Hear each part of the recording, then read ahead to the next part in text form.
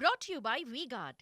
આવતીકાલથી આકરી ગરમી પડવાના એંધાણ કચ્છ, પોરબંદર, ગીર સોમનાથ અને ભાવનગરમાં હીટવેવની અસર વર્તાવાની આગાહી 7મી મેના રોજ અમદાવાદનું તાપમાન 41 થી વધી 43 ડિગ્રી સુધી પહોંચી શકે. દરિયાકાંઠાના વિસ્તારોમાં હીટવેવની અસર વધુ વર્તાવાની હવામાન વિભાગની આગાહી. અમદાવાદમાં સવારથી જ તાપમાનનો પારો ઊંચકાયો. કાળઝાળ ગરમી પડવાની આગાહીની અસર વર્તાવાની થઈ શરૂઆત.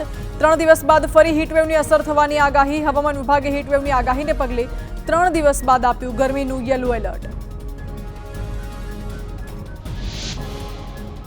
2 દિવસ બાદ તાપમાન વધશે. સૌરાષ્ટ્ર કચ્છમાં હીટવેવની આગાહી. 6, 7 અને 8 તારીખે કચ્છ, પોરબંદર, ગીર સોમનાથમાં હીટવેવ. કોસ્ટલ વિસ્તારમાં પણ હીટવેવની આગાહી. રાજકોટ અને સુરેન્દ્રનગરમાં અત્યાર સુધી મહત્તમ તાપમાન 42.3 ડિગ્રી. 7 તારીખે અમદાવાદ, વડોદરામાં 42 થી 43 ડિગ્રી વચ્ચે રહેશે તાપમાન.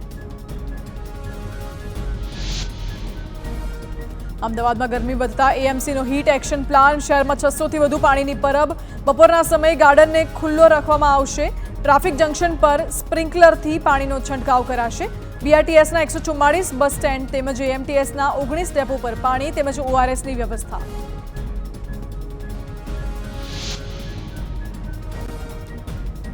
સુરતમાં હિન્દુવાદી નેતાઓને ધમકી આપનાર મૌલવી ઝડપાયો. ક્રાઇમ બ્રાન્ચે મૌલવી સોહેલ ટિમોલની કરી ધરપકડ. હિન્દુવાદી નેતા ઉપદેશ રાણાને આપી હતી ધમકી. પાકિસ્તાન, નેપાળના નંબરથી વોટ્સએપ ગ્રુપમાં ચેતવણી મળતી હતી.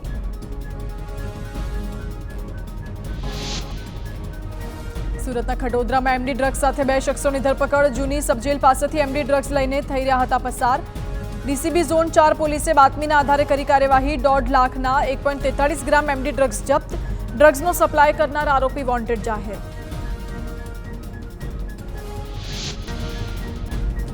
પાલનપુરમાં સલ્લા ખાતે બંધ મકાનમાં ગેસ સિલિન્ડરમાં થયો બ્લાસ્ટ. ગેસ સિલિન્ડર લીકેજ થતા મકાનમાં બ્લાસ્ટ. ઘરના દરવાજા તૂટવાની સાથે દિવાલમાં તિરાડો પડી તો ફ્રીજ, ફર્નિચર સહિત ઘર વખરીને મોટું નુકસાન. સદનસીબે મકાન બંધ હોવાથી ઘટનામાં જાનહાનિ ટળી. લોકસભા ચૂંટણી માટે રાજ્યમાં 7 મેના રોજ મતદાન થશે. મતદાન પહેલા રવિવારે સાંજે 6 વાગે પ્રચાર પડઘમ શાંત થશે. ગરમીની આગાહી વચ્ચે મતદાન અંગે તંત્ર પણ તૈયારીઓ સાથે સજ્જ.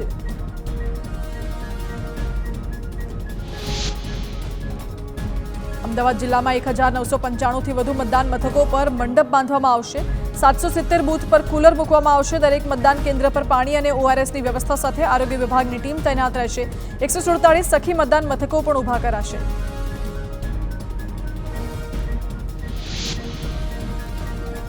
કેન્દ્રીય ગૃહપ્રધાન અમિત શાહે છોટાઉદેપુરના બોડેલીમાં સભા સંબોધી. ભાજપને જંગી બહુમતથી જીતાડવા હાકલ કરી. અમિત શાહે કોંગ્રેસ અને ખાસ કરી રાહુલ ગાંધી પર સભામાં અનેક શાબ્દિક પ્રહાર કર્યા. ગૃહમંત્રી અમિત શાહે નવસારીના વાંસદામાં સભા સંબોધી. વલસાડ લોકસભા મતવિસ્તારના ઉમેદવાર ધવલ પટેલ માટે કર્યો પ્રચાર. તેમણે કોંગ્રેસને જુઠ્ઠાણાનું કારખાનું ગણાવી આદિવાસીઓના અનામતના હકો છીનવી લેવાના પણ મૂક્યા આરોપ. દમણમાં પણ અમિત શાહે જનસભાને કર્યું સંબોધન. દમણના ઉમેદવાર લાલુ પટેલ તેમજ સેલવાસના ઉમેદવાર કલા ડેલકરના સમર્થનમાં માંગ્યા મત. કોંગ્રેસ સહિત વિપક્ષ પર કર્યા આકરા પ્રહાર.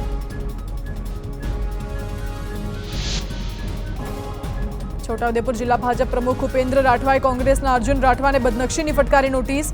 અર્જુન રાઠવાએ ભાજપ ઉમેદવાર જશુ રાઠવાએ જિલ્લા ભાજપ પ્રમુખને ઘરમાં પૂરી માર માર્યા અંગેની પોસ્ટ મૂકી હતી.